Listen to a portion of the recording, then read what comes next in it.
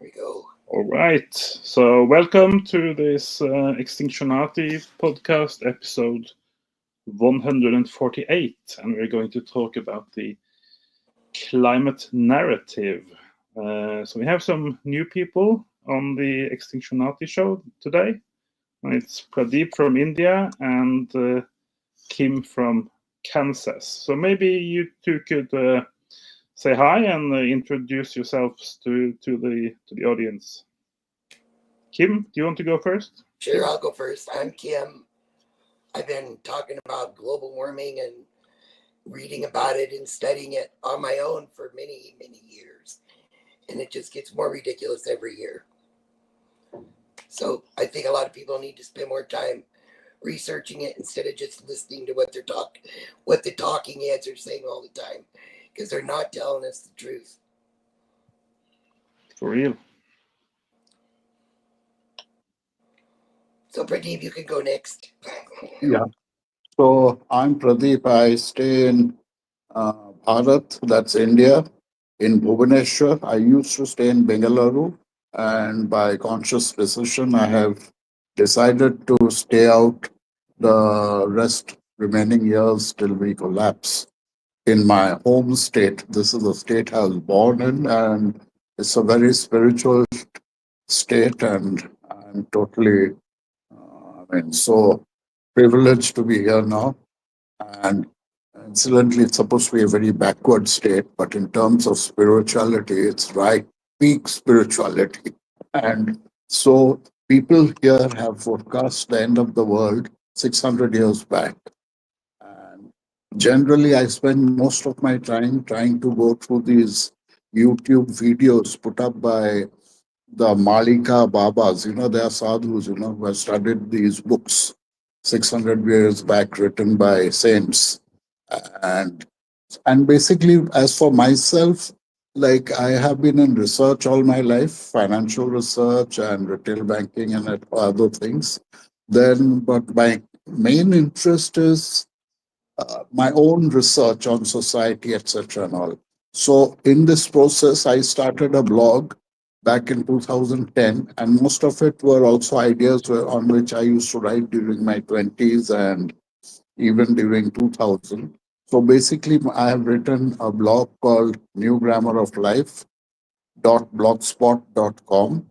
It's about everywhere from 2010. These blogs are there, and it's all about how societies are successively getting worse. They are crumbling, and then economies too are getting deeper into debt, and all just collapsing. And finally, the biggest great changer is climate, which will, if it reaches its kind of peak year, like it will simply destroy the entire planet. That's it. So I've been working on all these parameters very actively on social media and otherwise. Apart from this, I'm also a very strong, like I believe in Bharat because we are a 14,000-year-old continuous civilization, and we have all the books and proofs and all the history behind it. So I'm a very strong yeah, and I feel we are the last living indigenous race. All the indigenous races have been killed by Europeans in Americas and Australia, and to a great part, they have taken over Africa by making them Abrahamics. So Bharat is the only country where our civilization goes back 14, 15 years unadulterated. Namaste. Namaste. Yeah, so I'm going south. I have a real name as well, but I'm going south on this channel, and I am a writer who is living in the capital of Greenland, in Nuuk.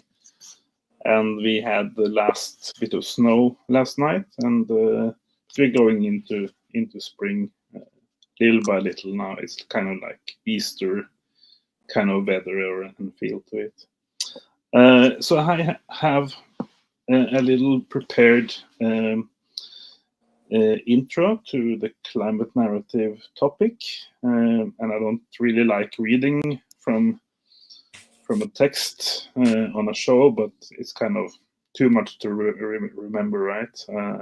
And it's also important that we try to focus here on the government narrative. We can't expect to agree about everything on climate. Maybe it's this, maybe it's that. The object here is not to come to agreement about what the climate is doing, because climate is doing all kinds of stuff all over the place, right? So we're just trying to find out whether or not the official narrative of climate is false or not, which shouldn't be too hard. Okay, I'm gonna start to read through this here.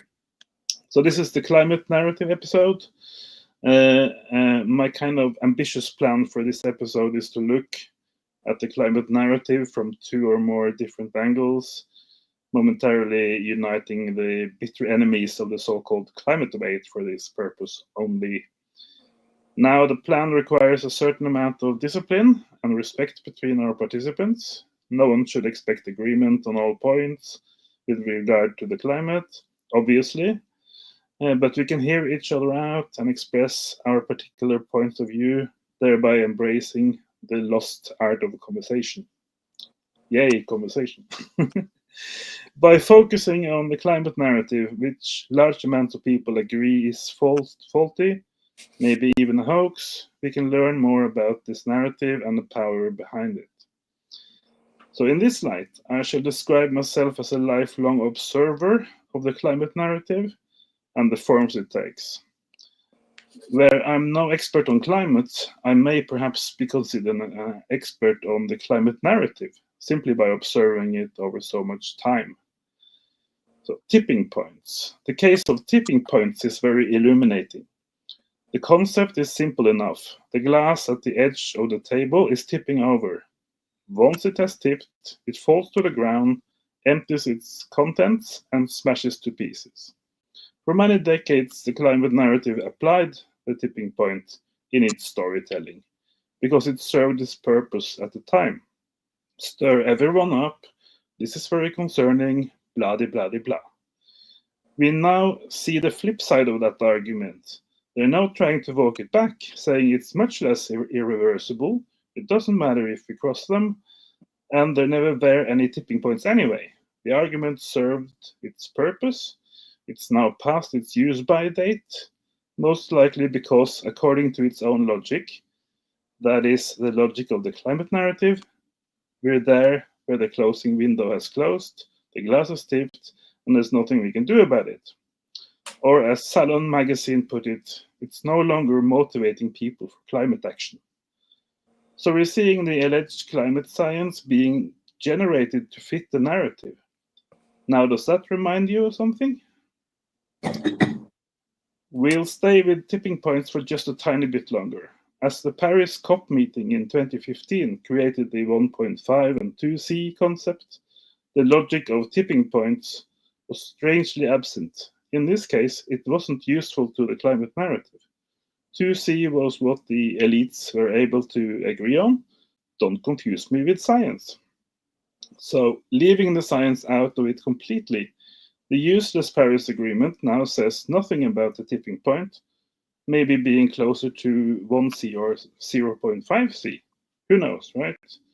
We're meant to believe it doesn't matter where the actual tipping point, beyond which warming is unstoppable, is. Instead, the Paris text squawks like a crow or a seagull. To see, to see, to see. It's just a number taken out of thin air. There, I hope I've made it clear that the climate narrative fails its own logic test by referring to the narrative itself and its own concepts. I've tried to not say anything about how it really is or what I believe. I've tried to keep strictly to the climate narrative itself and how its credibility collapses as it meets the real world. Thank you. Someone else take the talking stick, please.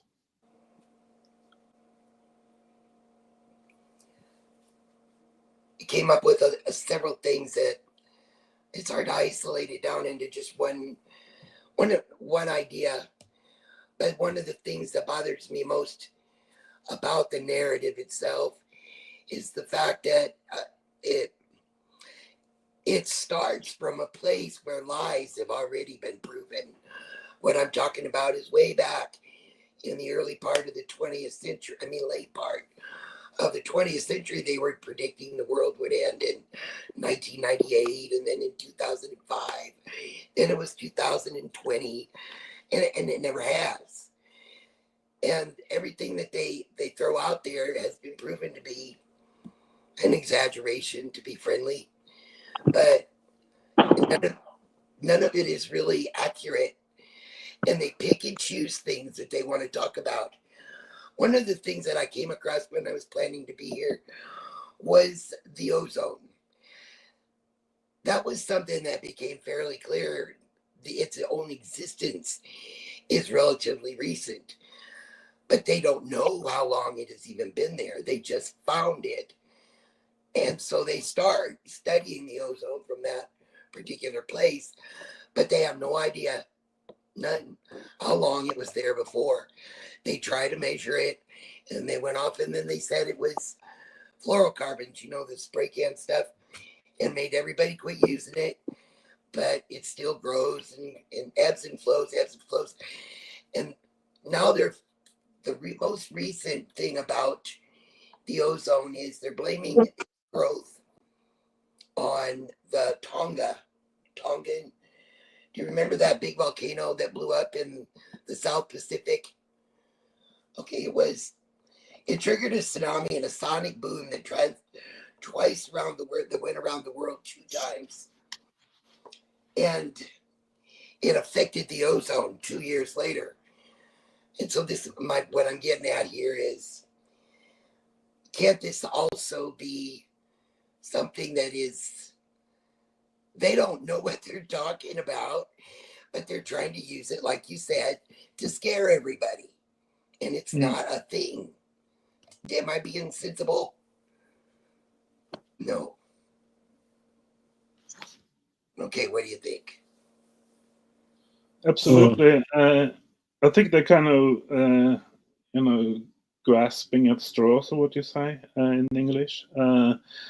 It's like just half a year ago they were talking about, they had cleaned up the shipping fuels or something, and there was no longer as much sulfur from shipping from freight ships, and they have all these kinds of explanations or attempts, and no one really knows what it is, well, and what the reasons are, and we don't even know if it's actually did warm up as much as they said last year, right? Because as we discussed, on Facebook, Kim, 2 weeks ago, before Easter,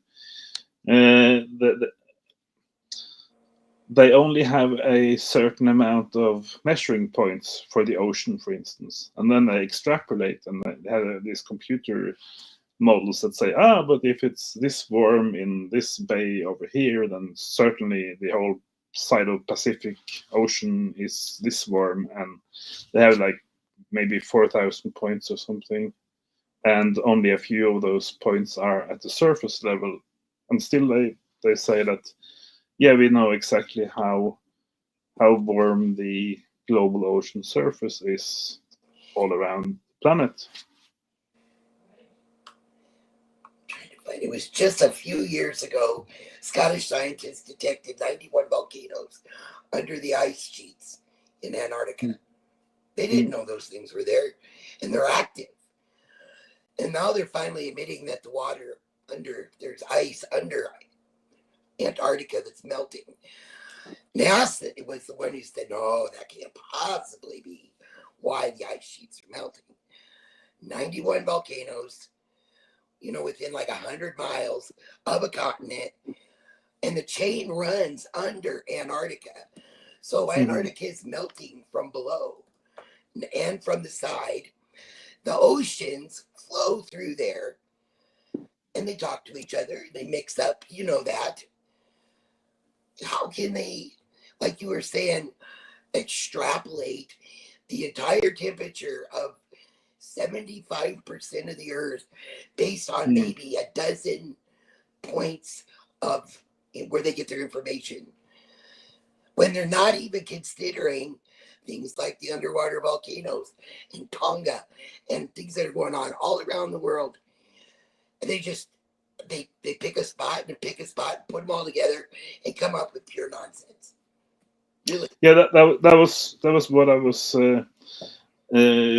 aiming to say. That when they started explaining the heat last year, they said, "Oh, it was the Tonga," or "No, it was the shipping fuels."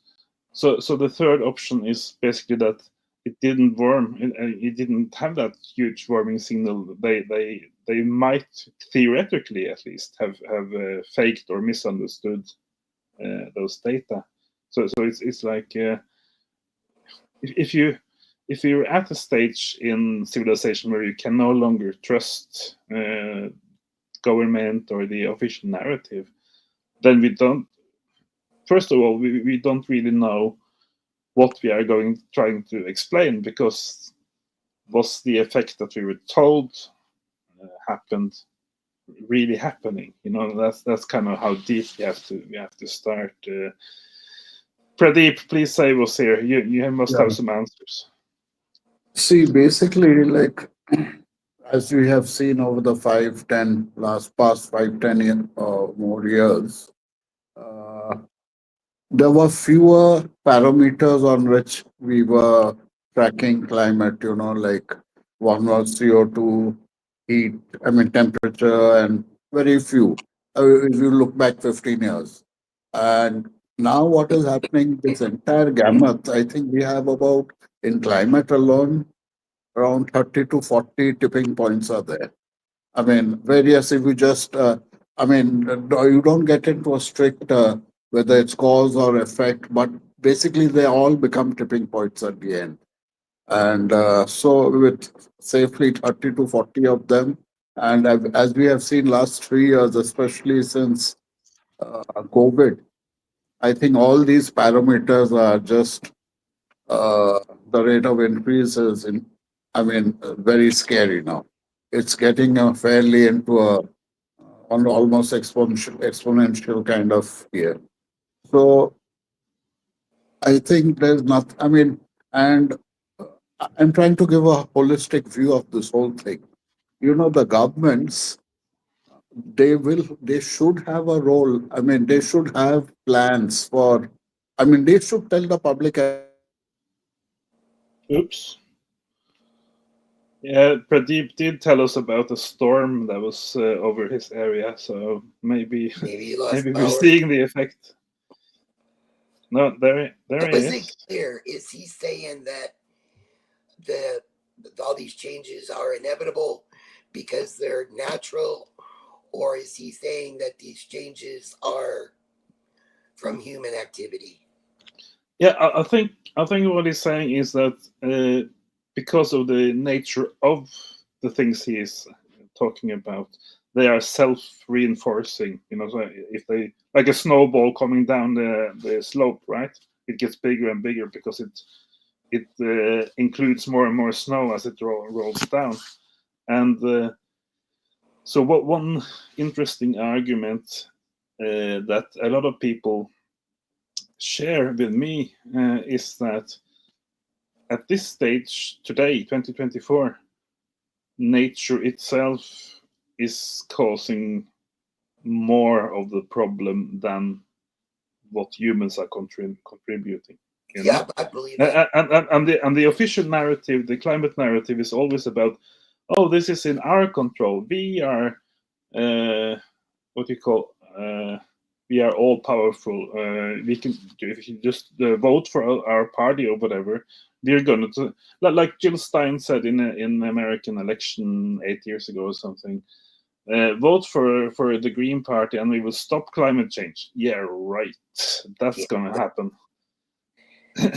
These things are happening all on their own, and I don't think it matters what we do.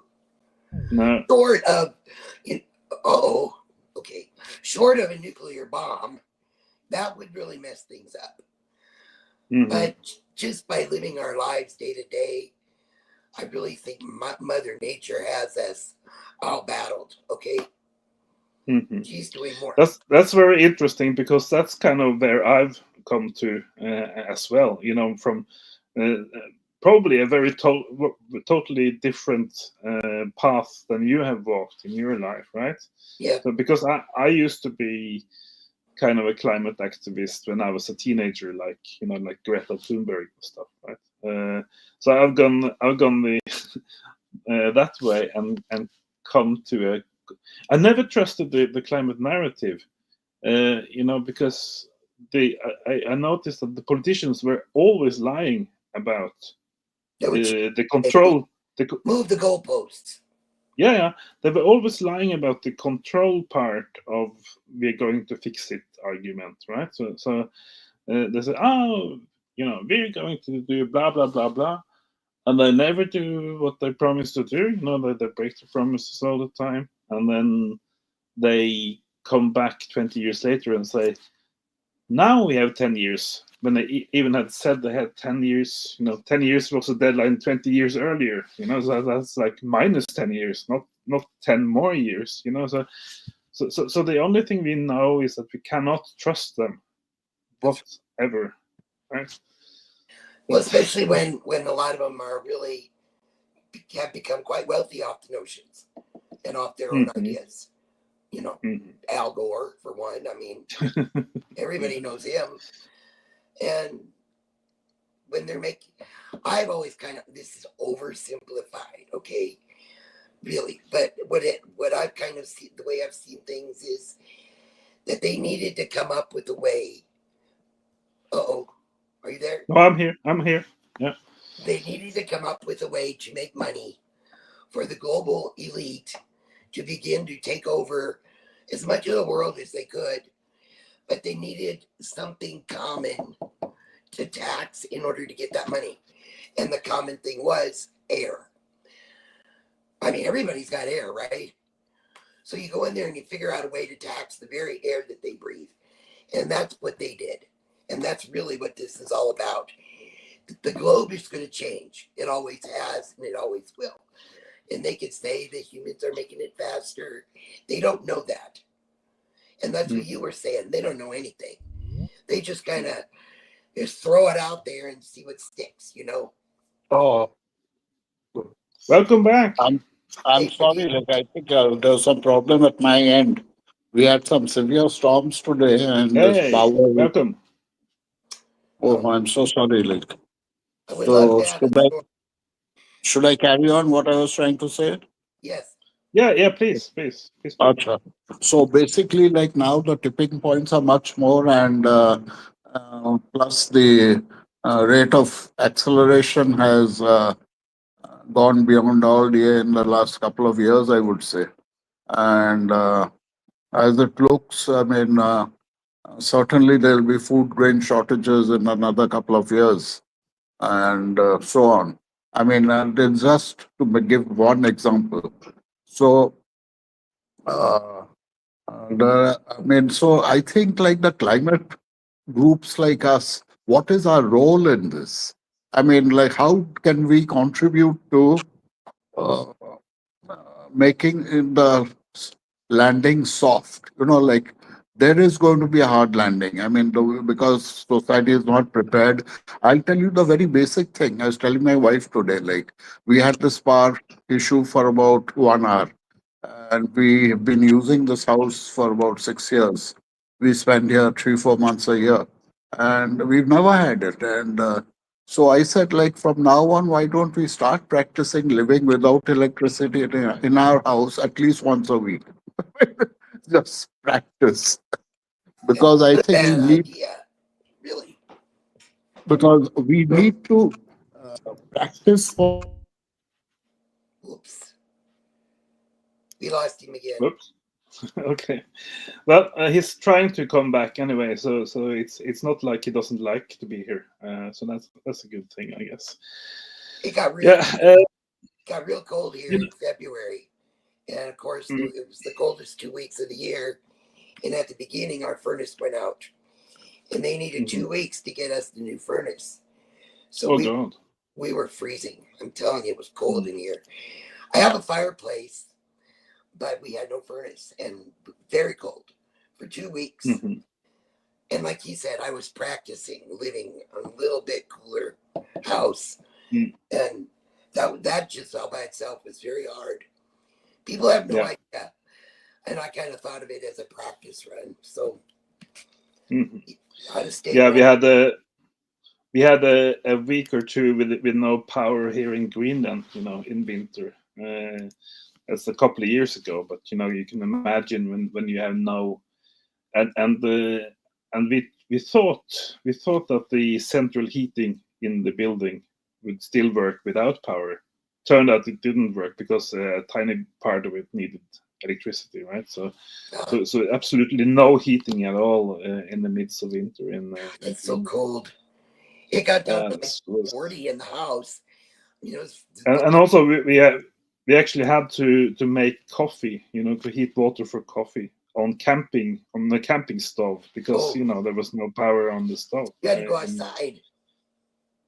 Yeah, I did it inside because it was snowing outside, but That's not smart.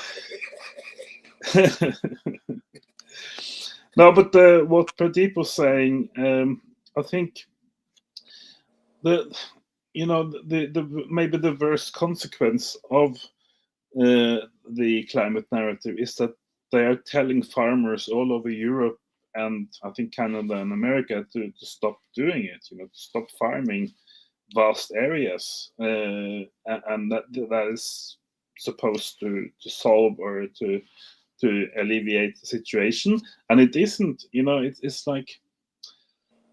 like they have this idea that if we only do X, Y, and Z, then everything will be fine, and it will be cool again or whatever. Well, it's what you're saying. But They're the arrogant. solution. Excuse me. They're arrogant. Yeah, absolutely, and the solution. Nobody believes the solution. Not people on that side of the argument or on this side of the argument. It's like the only thing we know is that they are trashing food production. And we have all these mysterious fires at meat packing plants and power substations in America. Crazy.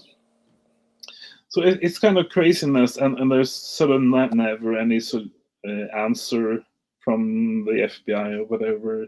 They cannot find these people, and they blame all kinds of people. If they look like you and me, then obviously they must be guilty because we are the worst, right? So, so it's like. And I think it's very important also if you're trying to understand what is going on with the climate policies and narratives, it's very important to look at the full picture of are there any wars raging in the world right now? Have the governments lied about medical stuff in the recent past? Is there any reason at all to trust these people with our money and with our lives? Right? Or our livelihoods. Or now I don't know if you guys run into this where you're at, but here in the United States, that they put so much stuff in our food that's not good for you. I know in Europe they banned a lot of things that are allowed in our food. BHAs, I think, are one. I think that's right. It's something you put in to preserve meat, and it makes everything taste like chemicals and salt. And that's in everything, especially if you eat out a lot, because they have to. They're required by law to poison us. You see. Okay. Now I know they don't think they're poisoning us, but it's terrible what they do. And the only way to get, normal food is find your own sources, grow your own garden, and cook everything yourself. I'm lucky I live in the Midwest where we have people and places we can go to, to get the natural stuff. And we're not just stuck with what they sell in the stores. Okay. Did you hear about the Amish farmers They were selling beef to each other, and the government came in and made them quit. They weren't hurting anybody. That's crazy. Yeah. I heard a story. I heard a story from America about raw milk from the cow Yes. that humans have been drinking for 100,000 years. Been drinking raw milk, and Farmers get in trouble. for some reason it has been outlawed or banned or whatever. So you're a criminal if you buy or drink or sell raw Well, milk you from a don't cow. go to jail. What happens is the farmers can't sell their milk to the dairies that process it into things and bottle it and stuff. If they get caught selling to somebody like me outside of their contract, then they get in big trouble for that. So a lot of them won't do it. But more and more you're seeing like a farmer's son will go off in a section of the farm and maybe milk a half a dozen cows, and he's not part of the contract. And so they can sell raw milk that way. We got to get around it. Yeah. That's been going on for years. My grandpa was a dairy farmer. Okay. Yeah. We have. I think I have to go back 1,000 years or something to find the nearest farmer in my family. But yeah, or maybe some parts of the family are closer. Up in the fjords. But anyway, yeah, it's the food thing, and you have something you call regulatory capture in America, or the phenomenon is all over the world, but it basically means that the very government agency that is supposed to look after your food and milk and whatever, they have themselves been corrupted by the big ag or the big economic actors, corporations, right? The Department of Agriculture, all of them. They come in and they do what they think is best for, I don't even know anymore. You were saying a minute ago about how they don't want people to grow crops. They've been doing that a long time too. They'll go to a farmer and say, instead of risking, 100 acres and taking a chance on the weather, we don't want you to plant wheat there this year. We'll pay you $2,000 not to grow anything. And that's called subsidy. And they've been doing that since I was young, which was a long time. Yeah. No, you're joking. It's 2 or 3 years ago. I'm just going to look at the chat. What is going on in the chat? Oh, cool. So, yeah, we have some people here. I'm trying to invite.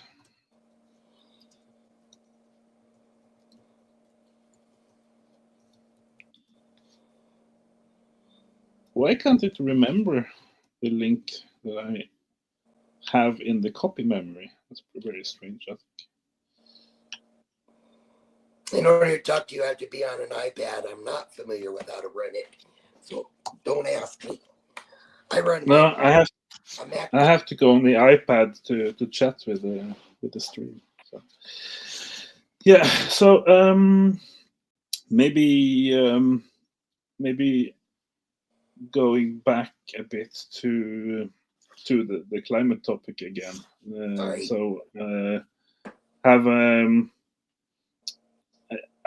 heard that Kansas or maybe Minnesota. I am not so read up on the geography in America, but I've heard that some of the near border Canada states have actually gone colder over the recent decades. Is that right? No, I don't think so. Okay. They haven't. Okay. They exaggerate everything. They haven't had a storm. I grew up in Northwest Iowa, which is the state directly under Minnesota. Okay. We're not too far from Canada. In 1975 and in 1977, two horrible blizzards that shut us down. Well, we were snowed in our farm for 2 weeks and had to have people with snowmobiles bring us groceries because we couldn't get out. They don't have storms like that anymore, where they have snow drifts that are 20 feet high. And so, but they're trying to, I remember that. I lived it, okay? So, and it was considered some of the worst storms ever. And as far as I know, they haven't broken those records yet. So, I just saw in the chat that somebody said that it's the reason, the food stuff in America is the reason American foods are banned in over 3 dozen countries, I think. Yeah. Maybe you can remember what this stuff was called. It's a very specific preservative that's not allowed because it causes cancer. Yeah. Like all the things they add are sort of carcinogenic, or how you say. And I think I have a theory because like one of my grandfathers, I'm not very fond of all kinds of vegetables. It's like I'm kind of a vegetable skeptic, and actually, it may be one of the reasons I'm relatively healthy. Because I don't get all of these preservatives or all of these spray, whatever they spray the vegetables with and stuff. Just by not eating a lot of it, and trying to. Most of it is in canned foods or frozen, not always frozen. The key word is prepared foods. Okay. Yeah. You get frozen vegetables that are just frozen vegetables. There's no preservatives in those. But if you get frozen vegetables that come in a secret sauce, now you're getting back into the preservatives. That's right. That's another long story. So if you want to go back to climate, no, we are not really, that I can tell, breaking any records. And wasn't it you who I was telling about Kansas in the 1930s and how those were the hottest years, year after year? And they'll go back and they'll say, oh, we had record-breaking temperatures today, highest temperatures since 1938. Well, how convenient. 1938 was when that drought ended. So yeah, don't go to 1935 because then you're not a record-breaking temperature anymore. This is what they do. We had a story, in Hardanger, which is one of the fjord areas in Norway, where I was born. So in the deep inland Hardanger fjord area, there is a tiny little village called Ulvik, and it's one of these, the Viking areas from the old time, right? And this very idyllic, very beautiful apple growing village called Ulvik, they actually beat the 1930s all of Norway record warm temperature from the 1937 or something, right? So it was reported, locally, originally, that Norway's 1937 record was broken in this tiny little village by the fjord. But then the guys from Oslo, from the capital city, the Met Office, they sent their guys and they looked at the apple trees and they looked at the thermometer that recorded this fantastic warm record, and they just cancelled it. They just deplatformed it and said, hey, this has been our official measuring station since 1965, this very exact place. But now, today, we're saying Now, because of the shade from the apple trees or whatever, reasons, we're just going to delete this worm record. And that was even though all around the fjord, on the banks of the fjord and side fjords and stuff in this very area, you had like 32 degrees, 34 degrees C, so that, the context, the larger picture on the same afternoon or when this temperature was broken, it was very logical that you had 37 or 38 degrees or whatever it was, right? And just to come there, go on a train from Oslo and or in black SUVs or whatever they travel in, and just go up there and arrest the apple tree and throw away the thermometer and just cancel that measuring station just because it didn't fit their narrative there and then. That they didn't want to acknowledge that it's gotten this far this year, that maybe they have some kind of schedule that they want to break the record in an election year or whatever. They have their own agenda And going, right? it's how are we ever going to figure it out? Just Yeah. know that it exists and take everything with a grain of salt. That's it. Yeah, I know. Okay. In Norway, actually, a lot of people have their own private weather station. Their own private, some kind of machine or whatever that measures humidity, temperature, You mean dew like point, and gauge everything. and a thermometer? Yeah. Yeah, I have. So it's kind of excuse me. I have one in my garden too. A Oh, yeah, rain okay, gauge cool. and my own thermometer, and Yeah. So maybe that is one way to do it. That normal people can network their measuring stations, and then you can figure out, has the government been selling us a story on this that is different from what we can observe, ourselves. Okay, where I live in this little small town in Kansas, a lovely line of storms will form to the west. And I love storms, okay? So here comes this great looking storm. It's got thunder and then lightning and heavy rain and wind. And I'm getting so excited. And then about 5 miles west of town, the storm splits and goes around us.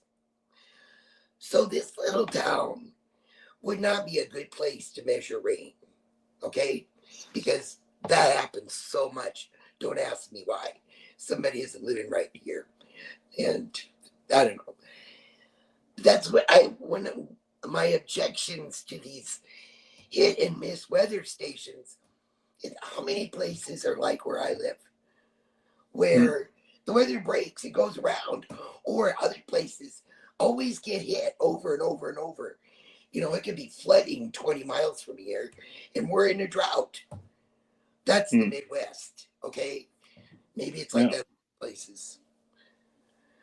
They can't do it. No, it's very diverse. I think it's called topography. Is kind of how the landscape is made out, and we're pretty flat here. Yeah, it's like you say. Even if you like mountain hiking or walking, whatever, you can sit at home with the map, and you can look at the map and make some kind of idea what it will take, how long it will take, how hard it will be to walk from A to B, on the map. But then you go out there and it's a totally different story. You got these steep mountains, you have these valleys that can kill you or whatever. And there's a huge river there that is impossible to cross. So it's kind of the same thing. You can't just look at, let's say, Greenland and say, oh, it's just a blob of ice, whatever. It's the same temperature all over. No, absolutely not. You know, every place is super diverse. I mean, even have trees. You know, we have tall trees in some valleys in the south of Greenland, for instance, and so that is kind of, you know, like people who believe that the entire planet is going to go belly up and everybody will die. They have never been in the world. Have you seen the planet? You know, it's totally different from place to place, even in the same mountain area. Even in the same different places. state. Yeah. The same state. You know, in Kansas, off to the west, it's mountains. In the middle, it's flat, like you've never seen flat. And then you get a little further to the east, and it gets pretty again. That's Kansas. It looks like Utah out in the west, and it looks like New England in the east. How can they then take a thermometer, and put it in a Topeka airport and say this is the temperature in Kansas?